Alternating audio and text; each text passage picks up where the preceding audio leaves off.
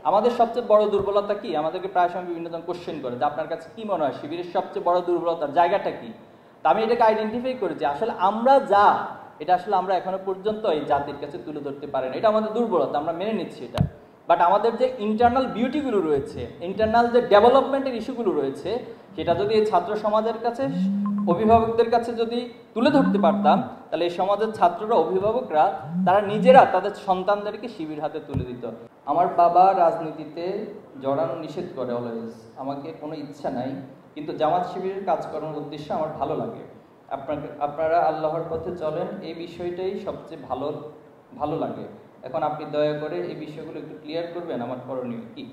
আচ্ছা, প্রথমত হচ্ছে শিবিরকে পুরোপুরি রাজনীতির সাথে গুলিয়ে ফেলা, এটা কিছুটা মিস্টেক হয়। আমরা এই কথাগুলো এর ইতিপূর্বে বলেছি যে আমাদের টোটাল কার্যক্রমকে যদি আপনি অ্যানালাইসিস করেন, এখানে 5 থেকে 10% পাবেন যেটা প্রচলিত ধারা রাজনীতির সাথে ম্যাচ করে। বাকি 90% বা 95% কাজই পাবেন যেটা একজন শিক্ষার্থী হিসেবে করা দরকার, একজন মুসলিম হিসেবে করা দরকার, একজন দেশের নাগরিক হিসেবে করা দরকার, অথবা এই সমাজকে লিড দেওয়ার জন্য, ভবিষ্যৎ নেতৃত্ব তৈরি করার জন্য যে মেকানিজম, যে কর্মসূচি, যে স্কিলস ডেভেলপ করা দরকার, সেই সব ধরনের কার্যক্রমগুলো আপনি ছাত্র শিবিরের মধ্যে পাবেন। আমাদের টোটাল 34টি বিভাগ রয়েছে। এর মধ্যে আপনি সাহিত্য বিভাগ পাবেন, যারা সাহিত্য চর্চা করেন।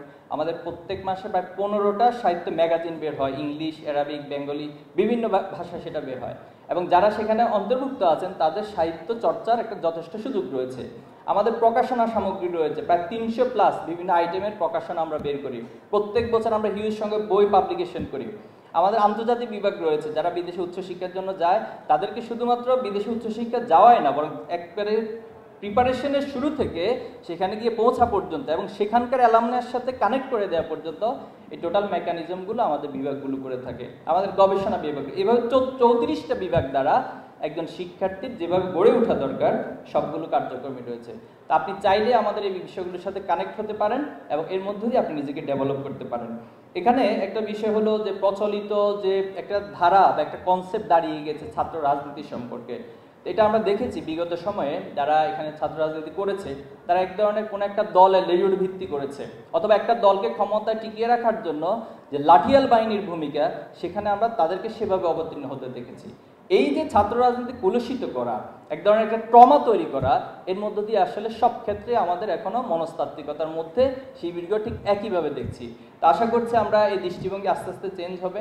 আমাদের সবচেয়ে বড় দুর্বলতা কি? আমাদেরকে প্রায় সময় বিভিন্ন জন কোশ্চেন করে যে আপনার কাছে কি মনে হয় শিবিরের সবচেয়ে বড় দুর্বলতার জায়গাটা কি? তা আমি এটাকে আইডেন্টিফাই করেছি, আসলে আমরা যা এটা আসলে আমরা এখনো পর্যন্ত এই জাতির কাছে তুলে ধরতে পারি না। এটা আমাদের দুর্বলতা, আমরা মেনে নিচ্ছি এটা। বাট আমাদের যে ইন্টারনাল বিউটিগুলো রয়েছে, ইন্টারনাল যে ডেভেলপমেন্টের ইস্যুগুলো রয়েছে, সেটা যদি এই ছাত্র সমাজের কাছে, অভিভাবকদের কাছে যদি তুলে ধরতে পারতাম, তাহলে এই সমাজের ছাত্ররা, অভিভাবকরা তারা নিজেরা তাদের সন্তানদেরকে শিবির হাতে তুলে দিত। আলহামদুলিল্লাহ এখন পর্যন্ত অনেকগুলো কেস আছে, আমাদের প্র্যাকটিক্যাল এক্সাম্পল আছে, নিজের সাথে ঘটেছে যে একজন বাবা আমাদেরকে ফোন দিয়েছেন, বললেন যে দেখো আমার সন্তানটা তো নষ্ট হয়ে গিয়েছে, আমি অনেকভাবে চেষ্টা করেছি তাকে ঠিক করতে পারি নাই, তোমরা একটু তাকে দেখো। আমি একবার নীলফামারীতে গিয়েছিলাম, তো 2021 সালের ঘটনা।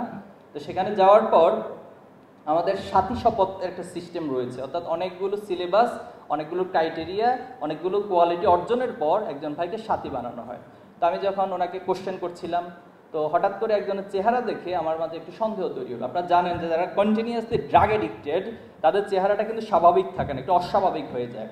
তখন আমি জেলা সভাপতি ভাইকে বললাম যে ভাই, ওনার চেহারা তো ভালো মনে হচ্ছে না, আসলে কাকে নিয়ে আসলেন এখানে? পরে তিনি আমাকে বললেন যে হ্যাঁ ভাই, এই ভাইটা একটা সময় ড্রাগ এডিক্টেড ছিলেন। তো এখন আলহামদুলিল্লাহ দীর্ঘদিন যাবত আমাদের একজন ভাই ওনাকে টার্গেট করেছেন, টার্গেট নিয়ে এই ড্রাগ থেকে ফিরিয়ে নিয়ে এসেছেন এবং আলহামদুলিল্লাহ তিনি এখন পুরোপুরি ড্রাগ থেকে মুক্ত। তো পরবর্তীতে আমি দেখলাম যখন তাদের সাথী শপথ বা যেটা সাথী অনুষ্ঠান সেটা শেষ হলো, সবচেয়ে বেশি ইমোশনাল এবং সবচেয়ে বেশি কান্নাকাটি করেছে ওই ভাইটা। আলহামদুলিল্লাহ এভাবে করে আমাদের অনেক কার্যক্রম রয়েছে। আমাদের অফিসে কিছুদিন আগে একজন মা আসলেন, তিনি ওনার 2জন সন্তান, একজন হচ্ছে ক্লাস 8-এ পড়ে, আরেকজন ক্লাস 6-এ সম্ভবত। উনি এসেছেন, বললেন যে আমি এখানে শিবিরে ভর্তি করাবো, আপনারা ওনাকে ভর্তি করে। আমি বললাম যে এটা তো কোনো কোচিং সেন্টার না, আমাদের তো কোচিং সেন্টার আছে অন্যান্য জায়গায় অ্যাডমিশন টেস্টের জন্য, সেখানে আপনি নিয়ে যেতে পারেন। বলে যে না, এখানে শিবির সেন্টার যেটা সেখানে ভর্তি করাবো। তখন এই আইডিয়া আপনার মাথায় কেন আসলো? তো তিনি বললেন যে আমি অনলাইনে আপনাদের অ্যাক্টিভিজমগুলো দেখেছি, আমি আপনাদের ওয়েবসাইট এবং আপনাদের টোটাল যে কার্যক্রম কর্মপদ্ধতি, এরপর আমাদের সিলেবাস, আমাদের যা কিছু আছে সব কিছু তিনি স্টাডি করেছেন। স্টাডি করে ওনার মাথায় এই ধারণা জন্ম নিয়েছে যে শিবিরে ভর্তি করাতে পারলে ওনার সন্তানটা অ্যাটলিস্ট খারাপ হবে না, নষ্ট হয়ে যাবে না, ধ্বংস হয়ে যাবে না। তো পরবর্তীতে আমি ওনাকে স্থানীয় আমাদের যারা দায়িত্বশীলরা আছেন সেখানে তাদেরকে কানেক্ট করে দিচ্ছি। এই যে একটা পরিবর্তন হচ্ছে, আমি যেটা বলেছি যে আমাদের দুর্বলতা হচ্ছে আমরা আসলে আমরা সেটাই জাতির কাছে এখনো পুরোপুরি স্পষ্ট করতে পারিনি। তবে ইনশাল্লাহ আমরা আশা রাখি জাতি এই ধারাবাহিকতা অব্যাহত থাকলে একটা সময় পুরোপুরি ক্লিয়ার হবে এবং আপনার পিতা যিনি ধারণা করছেন ইনশাল্লাহ এই ধারণারও পরিবর্তন ঘটবে।